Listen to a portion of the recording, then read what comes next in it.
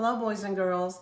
We're getting back on track with our Arkansas Diamond books. Voting's coming up in May, and I want each and every one of you in kindergarten through third grade to be able to vote on our Arkansas Diamond books. I hope our fourth and fifth grade are reading the Charlie Mae Simon books. That vote will happen in May as well. I want us to get caught up. We've done about 9 of the books so far. We have a few more to go, so I'm going to be doing one each week so we can get ready to vote by May. This book today is a biography called Pocketful of Colors: The Magical World of Mary Blair, Disney Artist Extraordinaire. It's by Amy Guillermo and Jacqueline Tourville.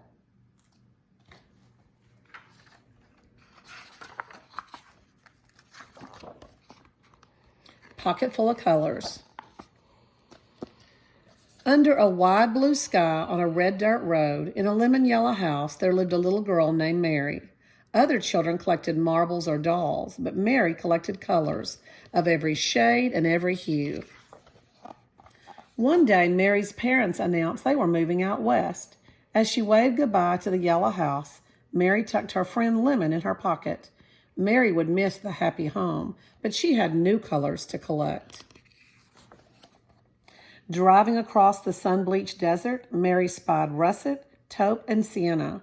When she arrived in California, she glimpsed the azure ocean and found groves of golden fruit dripping from viridian trees. In the city, she discovered steel gray buildings and mauve-tinted skies. Mary opened her sketchbook. She mixed her paints. She would save these shades for just the right time. When she was older, Mary went to art school. She met Lee. He showed her rosy pink and blushing red. She kept those colors in her heart. Together, Mary and Lee painted rainbows, but it was the Great Depression and people were poor. No one was buying rainbows except one place. Mary landed a job at Walt Disney Studios, one of the first women ever to be hired. Finally, a place for her colors to run and dance and play as they pleased. But on her first day of work, the men in charge didn't want to talk about Celine or Celadon or Cerise. They were only interested in black and white. Mary was told to follow the rules.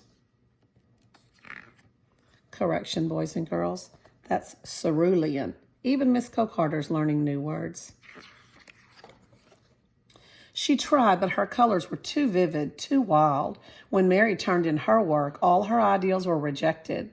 Twinkling emerald skies, the men turned them blue. Magenta horses that could fly, the men made them brown and put them in a stable. Peach giraffes with tangerine spots, her bosses just shook their heads. They didn't know what to make of her art. But Walt, the man who owned the company, did. He loved her colors so much, he asked Mary to join him on a trip to South America to meet some new ones. Mary delighted in the colors of Brazil, Argentina, and Peru. She worked hard to capture the vibrant scenery. When it was time to go home, Mary's bags burst with fuchsia, teal, aquamarine, indigo, lime green, and banana yellow. After Mary returned to Disney, her concept art for the studio's upcoming films grew even more adventurous as she drew upon the eye-popping shades she'd observed in South America. Cinderella needed a teal pumpkin coach. The caterpillar in Alice in Wonderland could only be aquamarine, and the mermaids in Peter Pan simply had to be lime green. This time, some of Mary's ideals were accepted, but most of her art was still considered too modern, too abstract, and just not right. Mary's colors encouraged her to leave the men with their black lines and strict rules, so she did. Mary quickly found new work designing advertisements, illustrating picture books for children, and creating sets for plays and television commercials. She enjoyed the freedom of these new jobs, but Mary missed Walt. Then one day, out of the blue, her phone rang. It was Walt. "Mary, I have a project for you. I need your wild and beautiful colors," his voice boomed. Walt explained his ideal to build a magical ride that would teach people about cultures from around the world. The ride had to be full of color, which meant there was only one person for the job. Mary, you know about colors I've never even heard of before. Mary smiled, and then she frowned as she remembered the rules and the lines and the men in charge who didn't understand her colors or her style of art. There was only one way to answer. Yes, said Mary, but her yes came with a condition. This time, Mary wanted to be the one in charge. Walt welcomed her aboard. Mary's paint seemed to sparkle when she hung up the phone. She had never been to places like China or Morocco or Kathmandu, but her colors had. Sitting down to work, she squeezed out dabs of paint.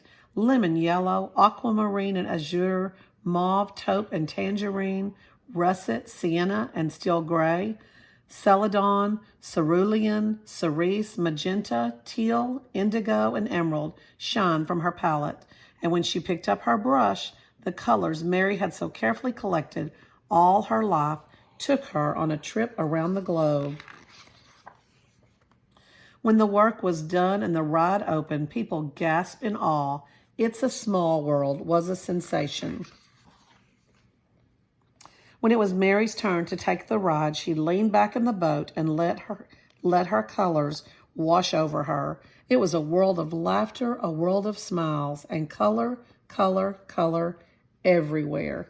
This at last was Mary's world. Boys and girls, I hope you enjoyed the story, Pocket Full of Colors, and look forward to the book next week as we continue doing our Arkansas Diamond books. Have a great week and keep reading.